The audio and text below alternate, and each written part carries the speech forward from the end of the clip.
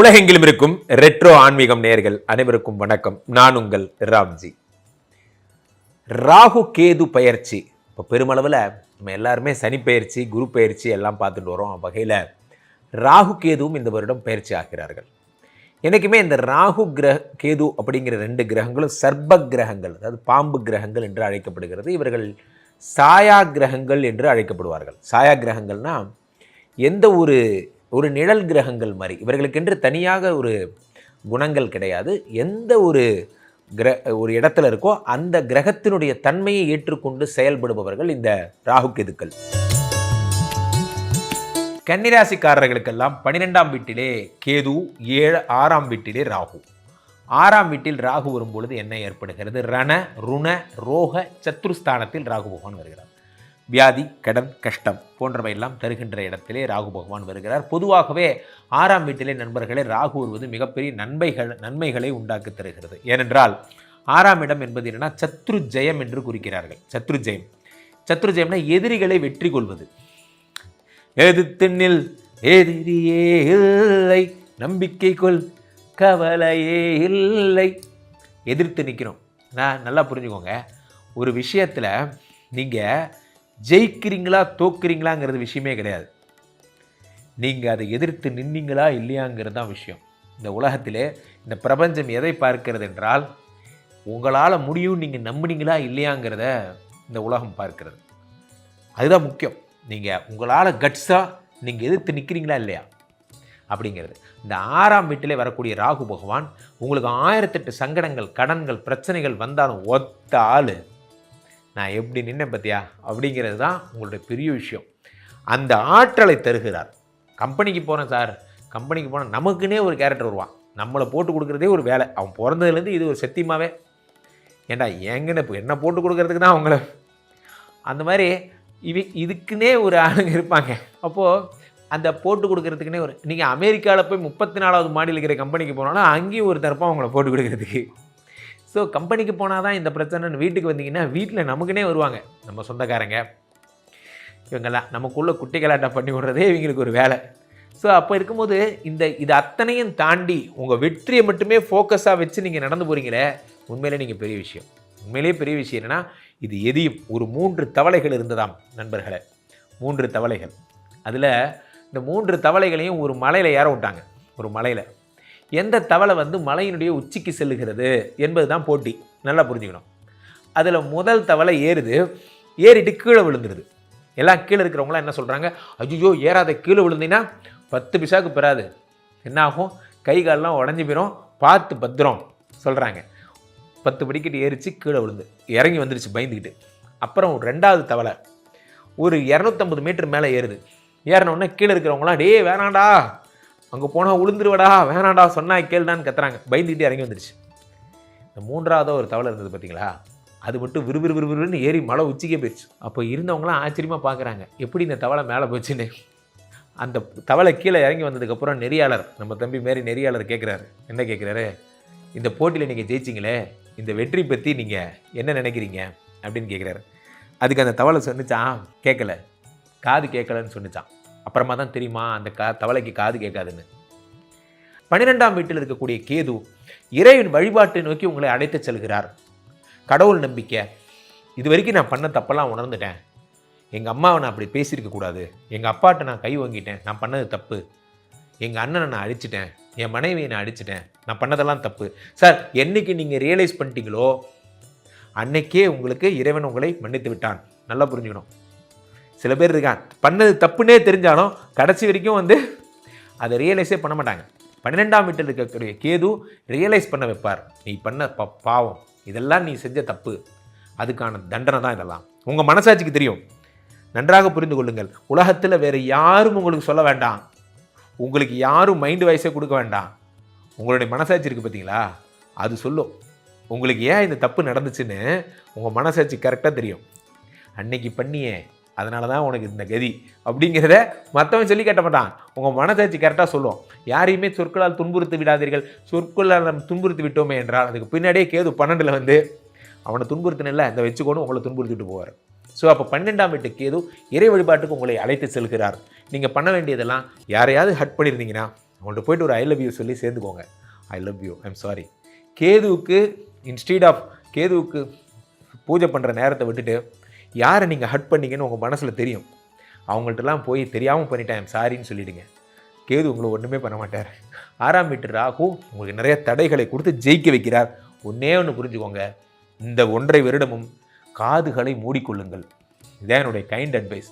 காதுகளை மூடிக்கொண்டு நீங்கள் பாட்டுக்கு போயிட்டே இருங்க. நம்ம தளபதி இளைய தளபதி டைலாக் மாதிரி தான், ஒரு நதி அது பாட்டுக்கு போயிட்டுருக்கு, அதில் கல் எறிஞ்சு விளையாடுவாங்க, நிறைய பேர் என்னென்னமோ பண்ணுவாங்க, அதில் டிஸ்டர்ப் பண்ணுவாங்க. இந்த நதி எதை பற்றியாவது கவலைப்பட்டிருக்கா? அது பாட்டுக்கு போயிட்டுருக்கும்.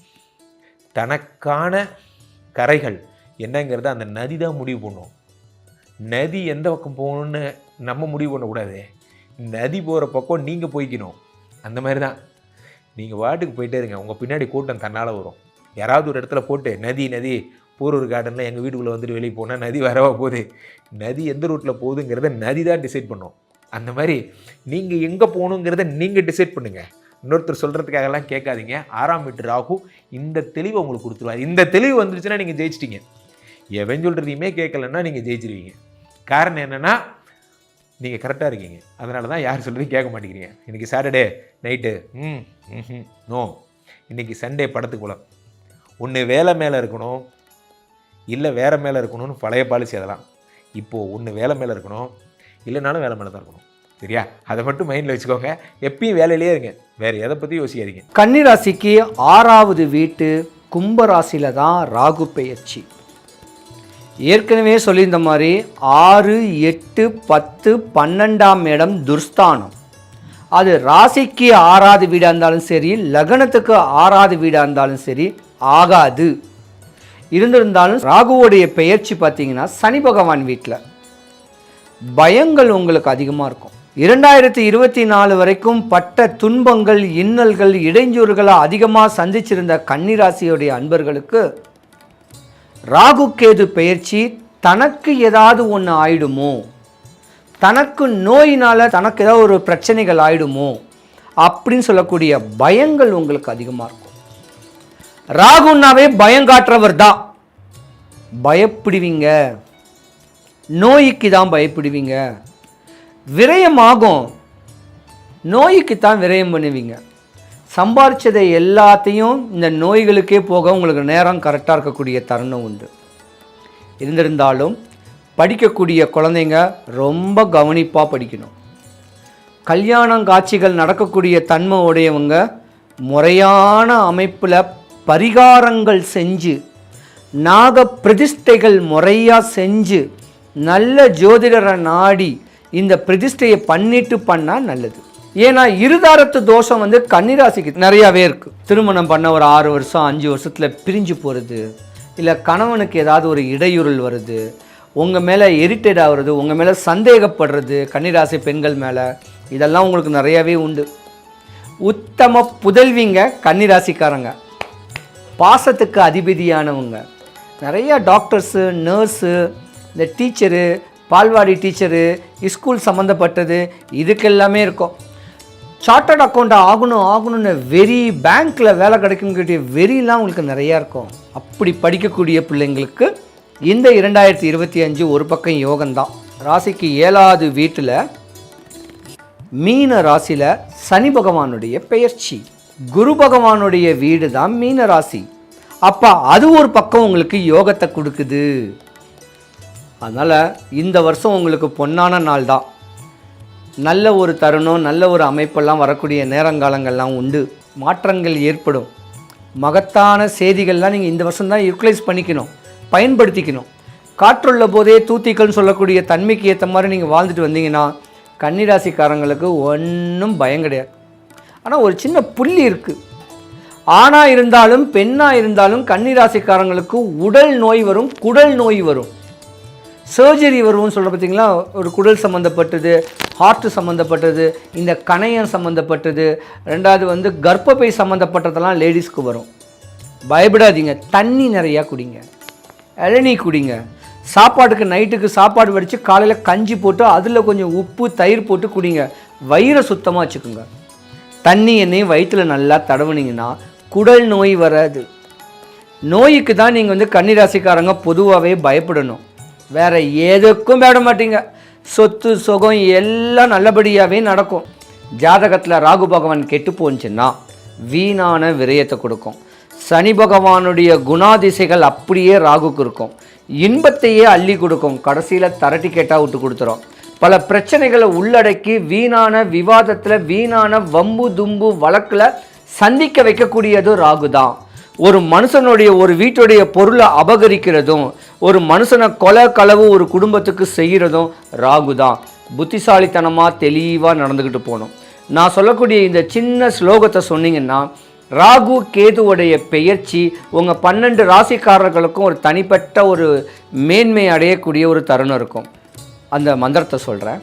இன்பமே செய்யும் ராகு கேது பகவானே, அன்பால் நான் உன்னை அடிப்பணிவேன், என்பால் நான் அடைந்த துன்பங்கள் போய் இருள் அகற்றி தூய நலம் திகழ எனக்கு இன்றே தருவாய் அருள், ராகு கேது பகவானே போற்றின்னு டெய்லி ஒரு மந்திரம் சொல்லுங்க. உங்களுக்கு நல்லதையே செய்யக்கூடியவர் தன்மைதான் ராகு பகவான். ராகு பகவான் ஒரு ஜாதகத்தில் கெடுதல் கொடுத்தாலும் மற்ற 2 பெயர்ச்சியும் உங்கள் ஜாதகத்தில் யோகத்தை கொடுக்கும். 2025 12 ராசிக்காரங்களுக்கும் உச்ச நிலை, மேன்மை நிலை, அவங்கவுங்களுடைய ஆசைகள் தேவைகள் பூர்த்தியாகக்கூடிய தன்மை உடையக்கூடிய நேரம் 2025. தெளிவாக எம்பெருமான வழிபடுங்க. டைம் கிடச்சா வடபழனி முருகனை வந்து வழிபடுங்க. உங்கள் குறைகள் எல்லாம் போகும். சிவாய நம. அன்பு கன்னி ராசி நேயர்களே, அடாடா உங்களுக்கு தேயா ராஜயோக வாழ்க்கை, ராகு போல் கொடுக்கறதுக்கு யாருமே இல்லை அப்படின்னு சொல்லுவாங்க. அதே சமயத்தில் சனி கொடுக்க எவர் தடுப்பார்னு சொல்லுவாங்க. எல்லாத்துலேயும் நீங்கள் வெற்றியாளர்கள்னு சொல்லலாம். ஏன்னு கேட்டிங்கன்னா, ராகு 6ஆம் இடத்துல. எத்தனை பாவகிரகங்கள் பெரிய பெரிய பிரச்சனை கொடுத்தாலும் ராகு 6ஆம் இடத்துல இருந்தால் விஜய வீரிய ஸ்தானத்தில் இருக்கிறதும் ரோகஸ்தானத்தில் இருக்கிறதும் பெரிய வெற்றி. அப்போ 6ஆம் இடம் வம்பு வழக்கு ருண ரோக ஸ்தானம் சொல்கிறோம் இல்லையா, அந்த இடத்துல ராகு இருக்கிறதுனால அத்தனை எதிரிகளும் உங்களை ஜெயிக்கவே முடியாது. நீங்கள் தான் ஜெயித்து வின் பண்ணுவீங்க. ஆள் நோஞ்சா மாதிரி இருப்பான். அவன் பார்த்தா பெரிய கோடீஸ்வரனாக இருப்பான், பயங்கர ஆள் பலமெல்லாம் இருக்கும். ஆனால் அத்தனையும் தாண்டி இவர் ஜெயிச்சிருவார். என்னங்க, நல்ல நீதி கிடைக்கும். அந்த அளவுக்கு இந்த ராகு பயிற்சி உங்களுக்கு இந்த கன்னி ராசிக்கு இருக்குது. சரி, எப்படியெல்லாம் இருக்குது, எப்படி இருக்குது, குடும்பம்லாம் எப்படி இருக்குதுன்னு பார்க்கலாம். குடும்பத்தில் ஒரு புத்திர பாக்கியம் கூட பிறக்கக்கூடிய வாய்ப்பு இருக்குது. அதாவது உங்கள் குடும்பத்துக்குள்ளே ஒரு சுபிச்சம் கிடைக்கக்கூடிய வாய்ப்பு இருக்குது. பண வருவாய் பரவாயில்ல, குறைகள் இல்லை, ஆனால் வெற்றி கிடைக்கும். பணம் எதிர்பார்த்த அளவில் கிடைக்கக்கூடிய வாய்ப்பு. நீங்கள் எந்த இடத்துல பணம் எதிர்பார்த்துக்கிட்டு இருந்தீங்களோ அந்த பணம் கிடைக்கக்கூடிய வாய்ப்புகள் நல்லா இருக்குது. அடுத்தது இளைய சகோதர சகோதரிகளுக்கு வந்து சிறு சிறு இடமாற்றங்கள் இது நல்லாயிருக்கு. இந்த நகையெல்லாம் கொஞ்சம் அடகு வச்சுருக்காங்க இல்லையா, அது மூலியம் ஒரு சின்ன பிரச்சனை சந்திப்பாங்க. அதனால் அதை வந்து ஒன்று விற்றுட்டு நம்ம சரி பண்ணிக்கலாம், அல்லது வந்து நீங்கள் அதை கொடுத்துட்டு புதிய நகை வாங்கலாம். ஏதாவது ஒரு ப்ளஸ் பாயிண்ட் அதில் வந்து தான் சேரும். அதனால் ஒன்றும் பெருசாக ஒன்றும் கவலைப்பட வேண்டாம். குழப்பங்கள் இருந்தாலும் கூட பெரிய பாதிப்பு இல்லை. இருந்தாலும் அவங்க வீடு வாங்கிறது நல்லாயிருக்கு. இளைய சகோதர சகோதரிகள் வந்து வீடு வாங்குறதுக்கு நல்லாயிருக்கு. வாகனம் வாங்க நல்லாயிருக்கு. என்னங்க நகையை விற்பாருன்னு சொல்கிறீங்க, அப்புறம் வீடு வாங்குவாங்கன்னு சொன்னீங்க. ஒன்றை இழந்த பின் இன்னொரு யோகம் ஆரம்பிக்கும். அதனால் பொன்பொருளில் இடர்பாடுகள் இருந்தாலும் மண்ணில் ஒரு யோகம் இருக்குது. சரி, அதுக்கு அடுத்து கன்னி ராசிக்கு அம்மாவுக்கு எப்படி இருக்குன்னா, பெரிய ராஜயோகம் காத்திருக்கிறது. இப்போ கன்னிராசியில் மட்டும் உங்களுக்கு குழந்தை இருந்தால், நீங்கள் என்ன ராசியாக இருந்தாலும் சரி, கன்னிராசி குழந்தை, நீங்கள் எந்த ராசியாக இருந்தாலும் சரி, வீடு கட்டுவீங்க, லோனுக்கு அடைப்பீங்க, பொன்பொருள் சேர்க்கை வாங்குவீங்க, டாக்குமெண்ட்டில் கையெழுத்து போடுவீங்க, புதிய வியாபார யுத்தி ஆரம்பிப்பீங்க. அந்த அளவுக்கு அம்மாவுக்கு நல்ல பலனில் இருக்குது. பூர்வீகம் சார்ந்த விஷயத்தில் பூர்வீகத்தை விட்டு வெளியேற வேண்டிய சூழ்நிலைகள், புத்திரர்கள் மன வருத்தம் ஏற்படக்கூடிய சூழ்நிலைகள் உண்டு. ஏன்னா புத்திரர்களாக உங்களுக்கு செலவின் அதிகமாகும். படிக்கக்கூடிய புத்திரர்கள் கன்னிராசிக்கு இருந்தாங்கன்னா ஒழுங்காக படிக்க மாட்டாங்க, மன வருத்தம் இருக்கும். ஹெட்மாஸ்டர் கூப்பிட்டாரு, பிரின்ஸிபால் கூப்பிட்டாரு, ஆயாம்மா கூப்பிட்டுச்சு, வாத்தியார் கூப்பிட்டாரு, எதுக்காக ஒன்றுக்கு போயிட்டே இருக்க வேண்டியது தான் புத்திரர்கள் சம்மந்தப்பட்ட விஷயத்தில். கடன் ஒரு பிரச்சனையும் கிடையாது, நோய் எந்த பிரச்சனையும் கிடையாது, வழக்கு எல்லாத்திலையும் வெற்றி உண்டு. யாரா எதிரிகள் தொந்தரவு எந்த பாதிப்பும் இல்லை. செய்வினை எதுவுமே கிடையாது. இத்தனை வருஷமாக செய்வினைன்னு சொல்லிக்கிட்டு இருந்தீங்க இல்லையா, யாராவது ஒருத்தர் சொல்லி அது சரியாயிடுச்சுன்னு சொல்லுவாங்க பாருங்கள். அந்த அளவுக்கு பெரிய வெற்றி வாய்ப்பில் தான் அந்த கன்னி ராசிக்காரங்க இருக்காங்க. கலஸ்தரத்துக்கு எப்படி இருக்குது அப்படின்னா, கன்னி ராசி கலஸ்தரத்துக்கு வெளிநாட்டு யோகம் இருக்குது. வெளிநாட்டில் போய் தங்கக்கூடிய வாய்ப்புகள் இருக்குது. அதே மாதிரி நீங்கள் வந்து இது கைவிட்டுறவே வேணாம். ஏன்னா ஒரு மருத்துவம் மூலியமாக கொஞ்சம் முயற்சி பண்ணிங்கன்னா புத்திர பாக்கியம் ஒரு இறையாற்றலில் கிடைக்கக்கூடிய வாய்ப்பு இருக்குது. பண டெபாசிட் A to Z காலி ஆகிவிடும். டெபாசிட் பண்ணாதீங்க, நகைச்சீட்டு போடாதீங்க, சீட்டு போடாதீங்க, எல்ஐசி போடாதீங்க. ஏன்னா இது எந்த இதையும் பார்க்காதீங்க. வர்ற காசை இந்த வருஷம் செலவு பண்ணிவிட்டு ஹாயாக உட்காருங்க. எல்லாத்தையும் உங்களுடைய கணவன் அல்லது கன்னிராசிக்காரங்களுடைய மனைவி பார்த்துக்குருவாங்க. நீங்கள் செய்ய வேண்டிய வேலை என்னன்னு கேட்டிங்கன்னா, நீங்கள் அவங்க சொல்கிறத கேட்டுட்டு அமைதியாக ஓடினா போதும். இருந்தாலும் எந்த இடத்துலையும் தோல்வி அடைய மாட்டீர்கள். ராகு வந்து உங்களுக்கு 100% நற்பலன்லையும், கேது வந்து 70% நற்பலன்லையும் இருக்குது. ஆக மொத்தத்தில் உங்களுக்கு கெடுபலன் என்பது ராகு கேதுவால் இல்லை. இவங்க உங்களை 18 மாதத்துக்கு ஒரு அரண் போல் இருந்து காப்பாற்றுவாங்க. எந்த கிரகங்கள் எவ்வளோ பலகீனம் கொடுத்தாலும் கூட இவர்கள் உங்களுக்கு வெற்றியை தருவாங்க. இந்த வெற்றி உங்களுக்கு நிரந்தரமாக இருக்கும். கன்னி ராசிக்காரர்களுக்கு என்ன மாதிரியான நற்பலன்கள் கொடுக்க போகுது, என்னென்ன விஷயங்கள் நம்ம கவனமாக இருக்கணும் அப்படின்றத பற்றி தான் பார்க்க போகிறோம். தொடர்ந்து காணொலி பாருங்கள், நிச்சயமாக பயனுள்ளதாக இருக்கும்னு நம்புகிறேன். அதாவது கன்னி ராசி அப்படின்னு எடுத்துக்கிட்டோம்னாலே புதனுடைய ஆதிபத்தியத்தில் வரக்கூடிய வீடு உத்திரம், அஸ்தம், சித்திரை ஆகிய 3 நட்சத்திரங்களை கொண்ட ஒரு ராசி வீடுனா அந்த கன்னி ராசி தான். ஸோ இதில் வந்து பார்த்திங்கன்னா இந்த உத்திர நட்சத்திரம் வந்து சூரியனுடைய நட்சத்திரமாகவும், அஸ்த நட்சத்திரம் சந்திரனுடையதாகவும், சித்திரை நட்சத்திரம் செவ்வாயுடைய நட்சத்திரமாகவும் வந்தது. ஸோ அப்படின்றப்போ அந்த இதில் வந்து அரச கிரகங்களான சூரியன் செவ்வாயோடு சேர்ந்து சந்திரனும் வர்றதுனால இயல்புலேயே வந்து இந்த கன்னி ராசிக்காரர்களுக்கு வந்து தலைமை பண்பும் ஆளுமை திறனும் இயல்புலேயே நல்லாவே இருக்கும். இதை நிறைய பேர் நோட்டீஸ் பண்ணியிருக்க மாட்டாங்க. ஆக்சுவலாக வந்து அவங்களுக்கு கூட இந்த பண்புகள் நிறையவே இருக்கும். அதே நேரத்தில் ரொம்ப அதிபுத்திசாலித்தனமாக செயல்படக்கூடிய ராசிக்காரெல்லாம் இருப்பாங்க. எதனால அப்படின்னு கேட்டிங்கன்னா, கன்னி ராசி தான் வந்து புதன் உச்சம் அடையக்கூடிய ராசி.